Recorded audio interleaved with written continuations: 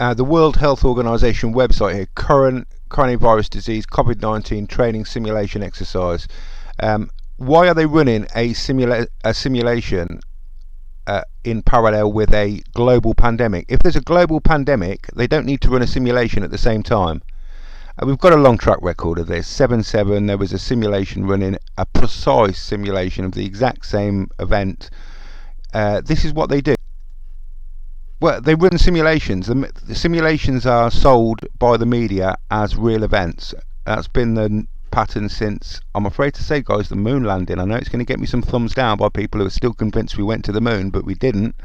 I did do a video that got 1.7 million views, actually 2.25 million views, before sustained pressure to bring it down. And you know, I know all about it. We didn't go. I'll do a video about it and prove it. But it was a simulation. It was a simulation moon landed, and this is a simulation COVID-19 disease. I mean, why are they running a simulation? Come on, guys, we've got a global pandemic, yeah? So why are they needing to here an urban COVID-19 CIMEX to discuss critical issues, blah blah blah, pandemic, infectious disease. Here it is, PowerPoint presentation, supply for the subsequent debriefing. A participant's guide and a facilitator's guide to explain what is expected from different people involved in the preparation and running of the exercise.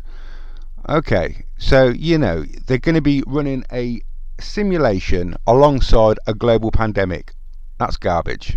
Now, if you want more proof that it's a simulation exercise, just have a look at this. I'll put this in the Wayback Machine. This is mind-blowing. This is on the. I've got access to the strategic intelligence. You've got to log in and jump through a few hoops and stuff, but then you get this infographic that is mind-blowing. It is it's tentacles, all these little tentacles here, and there's layers upon layers upon layers. You click on one of these and you go through to more tentacles, hundreds of them, and then more tentacles, and then more tentacles. They've got everything was planned out, everything. You have a look at some of these here. I'll give you my login if you want. You can go and have a look yourself. Global governance, and you click on global governance, and that'll open up a whole new, everything's on here. 5G, you know, how they're going to change the law and lock us all down. Everything was pre-planned. This thing here, which has got layers upon layers upon layers upon layers of stuff, and covers everything, is all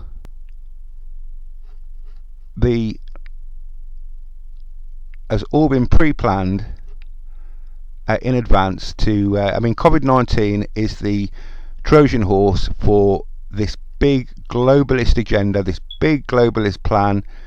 It's going to end up with us all being microchipped, and they've got everything here covered. Now I'll put this into the Wayback Machine, because something like this with all these layers and all these I mean, this is a big project. This is the kind of project I would have thought that would take, you know, maybe 6 months or something to put together. It's unbelievably sophisticated, the way they've got all this information all wrapped around COVID-19.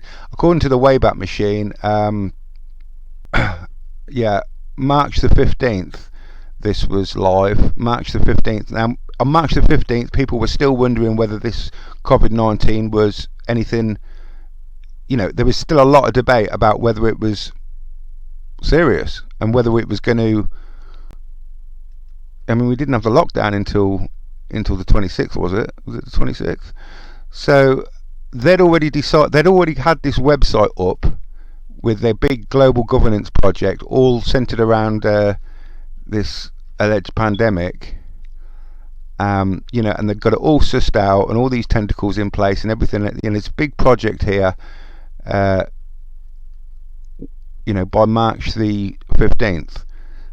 You know, and like I say, something like this is going to take ages to do. And back in January and December, you know, no one knew that this was. I mean, don't forget, Boris didn't even bother closing the airports. He still hasn't, which just proves the whole thing's complete garbage. Because if we were serious about stopping a pandemic, we'd definitely be stopping flights coming in, or at least, you know, testing the people that were coming in. Okay, so this is mind-blowing. If you want to have a look at this, it's everything was all pre-planned here, layers and layers and layers. If we click on aging, for example, it's pretty disturbing, and this is going to lead on to where I want to take you next. Okay, so elder aging and elder caregiving, because one thing I didn't tell you, and I've been meaning to tell you, is about I know quite a few months ago on Redwood's blog, a load of political types turned up and they started pushing this idea that old age people were the problem, and we needed to do something drastic about it. And I was shocked that John was even letting these posts through moderation.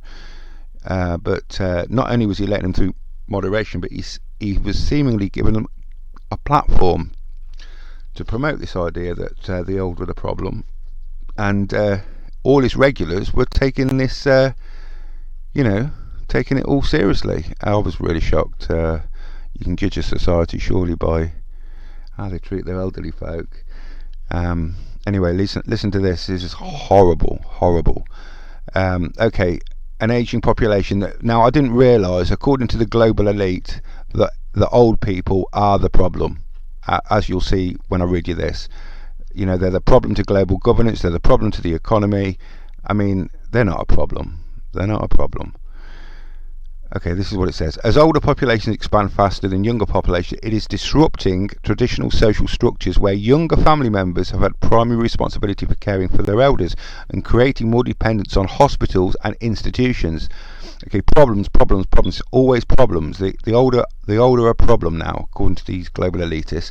The gap between the need for elder caregiving and existing supply is widening. By 2060, there will be only one caregiver in Europe for every 51 people aged 80 or older, according to a European Commission projection. See, they've done all their research. They know that the older are a major problem, and let me just read on. As elder caregiver needs increase, a so-called caring economy is emerging. They hate this caring economy.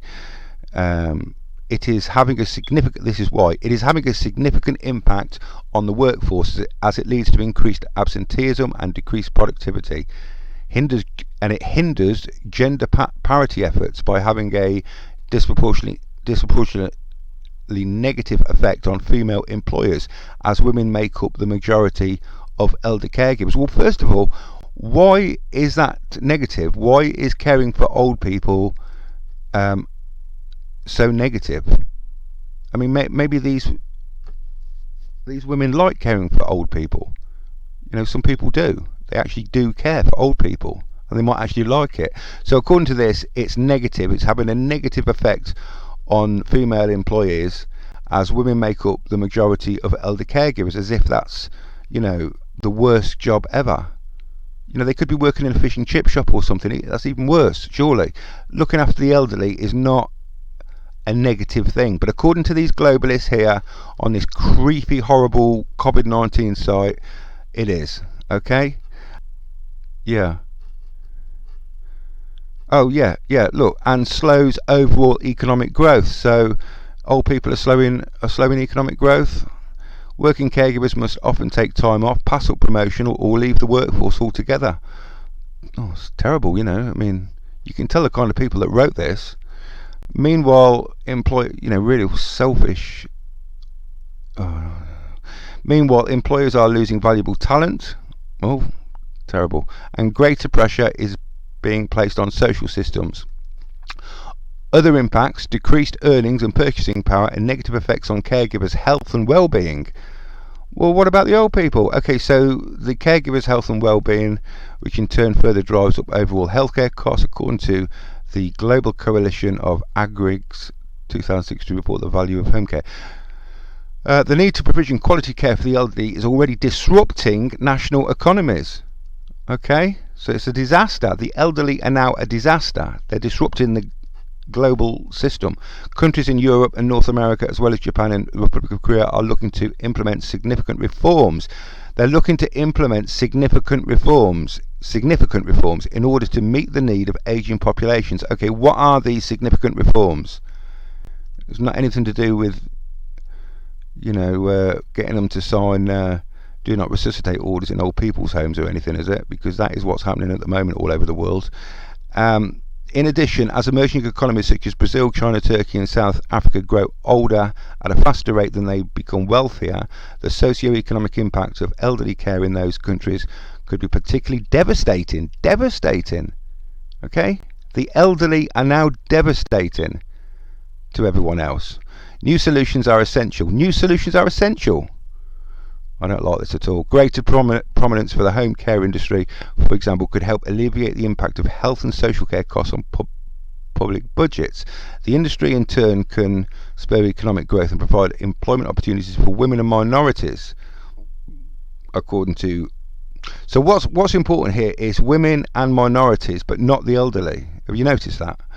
According to Caring in America, a 2011 report from the Paraprofessional Healthcare Institute, in addition, in order to swiftly adapt to the new realities of aging, incentives for saving for long-term care, more training and education for elder caregivers, and an application of innovative technology will be critical. So they're going to try and get people to save for their own, basically for their own, to pay for their own healthcare. Okay, that was horrible. Don't you agree? That was absolutely disgusting from start to finish. You know, that's discrimination. That is, if they wrote that against minorities or against women or against gays, you know, everyone would be going crazy. But because it's old people, you know, all that entire article, problem, devastation, you know, this is all describing old people. It's disgusting. Okay, so this is the COVID-19 action plan and the big project for global governance. I mean, this is just mind-blowing.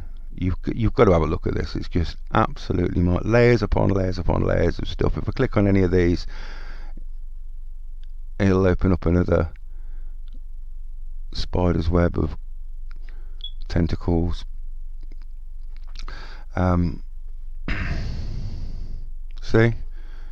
Just mind-blowing. Every single one opens up another spider's web of tentacles. Now, you cannot tell me, according to the Wayback Machine, March the 12th this was up, you cannot tell me that the developers chucked that up in a couple of... I mean, even on March the 12th, you couldn't have predicted that COVID-19 was going to be doing all these things.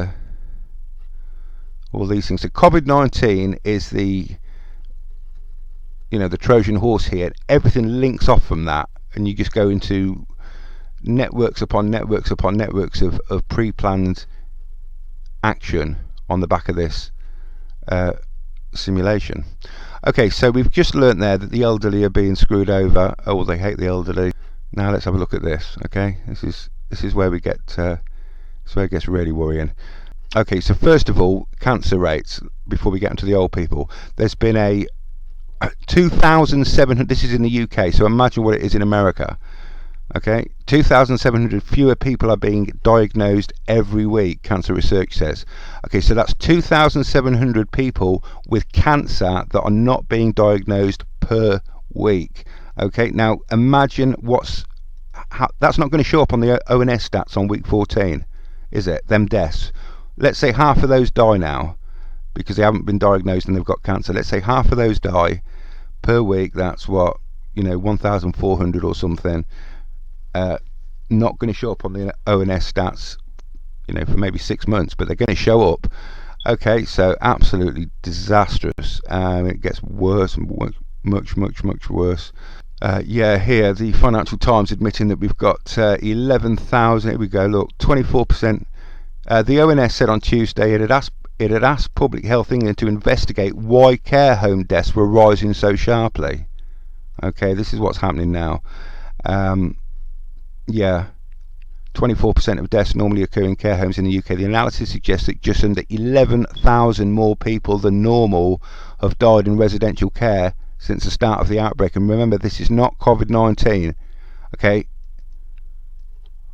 I mean, I don't need to add anything to that. 11,000 people more since the outbreak have died in residential care homes. And this is the UK, remember, so if this is happening globally, and I believe it is, I've got information that similar sort of things happening in Spain. The lockdown is killing people too. So this article here in Spiked, this is mind-blowing what I'm just about to tell you. Hospital admissions are down 100,000. This is in the UK. 100,000 per week. 100,000 people per week. are not going to the hospital, and this is because the hospitals still largely empty, and the media are showing crying doctors and nurses saying they can't cope. That's stopping people going to hospital. Even people with heart attacks, the ambulance people are saying they're turning up and the people are already dead because they're refusing to phone 999 because they've been told that the hospitals are just absolutely snowed under and they can't cope. So it's just a disaster. It's just a mind-blowing disaster. I mean, you just read this. I'll put the links below. The genocide of elderly, and the thing is, the propaganda is, and the people, the government people will come and who watch too much TV, and they will say that I don't care for the elderly. That's what they'll say. They'll say you don't care for the elderly, and yet they haven't got a clue what's really happening. It's just an Orwellian opposite. So they think we're saving the elderly, and the truth is, figures are extraordinary. In week 14, there were close to 160,000 emergency admissions to English hospitals. In week 14 of this year, there are around 60,000. Okay, 60,000. So that's a difference of 100,000. 100,000 in a week. That's what's happening. 100,000. Okay, this is why we're getting massive excess deaths showing up on the ONS stats for week 14 and week 15. Absolutely mind-blowing. Okay, I've got more. Redwood, by the way, this is me. He's put me at the bottom because he agrees with it. There are only two explanations for the extra deaths on the ONS stats. One, someone has been collecting deaths and registering them all at one time to make it look like there's a tiny pandemic. The ONS seems to allow this. Or two, the lockdown is killing far more than this alleged virus. Well, like I say, John puts his favourite post at the bottom. He's put mine at the bottom again there, making that because he knows that it's the. Well, now as far as the ONS stats are concerned, let's just nip this in the bud once and for all. Something is very wrong with the ONS stats. 5-year average all deaths. So we've got a genocide going on here, but caused by the lockdown. As far as this influenza line is concerned, we've got to sort this out once and for all. This is what it looks like. Okay, and this is a 5-year average on the ONS. So the ONS have been consistently lying about their influenza and pneumonia stats, because no other country's stats looks anything like that. I've spent a bit of time looking into it. Look, this is America. Centre of Disease Control, and it peaks February, massive peak in February, and March is still quite hot. Yeah, a week. Here we are. Look, week 10, we got a massive peak. Week 12, still. Week 13, week 14. Look at this. Okay, this is what an influenza chart should look like. Should look like that or like that. Okay, but the ONS, for some inexplicable reason, just goes up a little bit in January and then goes slowly down all the way. I don't know what the hell's going on there, because that is just not right at all. Yeah, and again, turning to event 201, just reading what they've put here, basically the next event 201, so the next severe pandemic will not only cause great illness. I love the way this is like a prophecy. I mean, just look, let me just point out what they put in. The next severe pandemic will not only cause great illness and loss of life, but could also trigger major cascading economic and societal consequences that could contribute greatly to a global impact and suffering. Yeah. So the politicians have basically done exactly that. They've created a cascading economic and societal consequences that have contributed greatly to a global impact and suffering. So how come Event 201 managed to predict this chaos so perfectly? I mean, they knew perfectly well that the major impact would be the economic disaster caused off the back of it by politicians and the media just going nuts. Yeah, so you have an Event 201 that coincides pretty much with the pandemic, the start of the pandemic, yeah? And you predict perfectly that that's going to trigger a major cascading economic disaster. Yeah? So what was the point? What was the point? The point of Event 201, if that is exactly what happened? You know, they predicted that there would be a major economic disaster, and you know, and there was. You know, it's like a prophecy, isn't it? That's what it is. Because the whole thing was pre-planned. Thousands missing out on diet. Yeah, 2,700 a week. Absolutely mind-blowing. So we got to stop it. We got to stop it.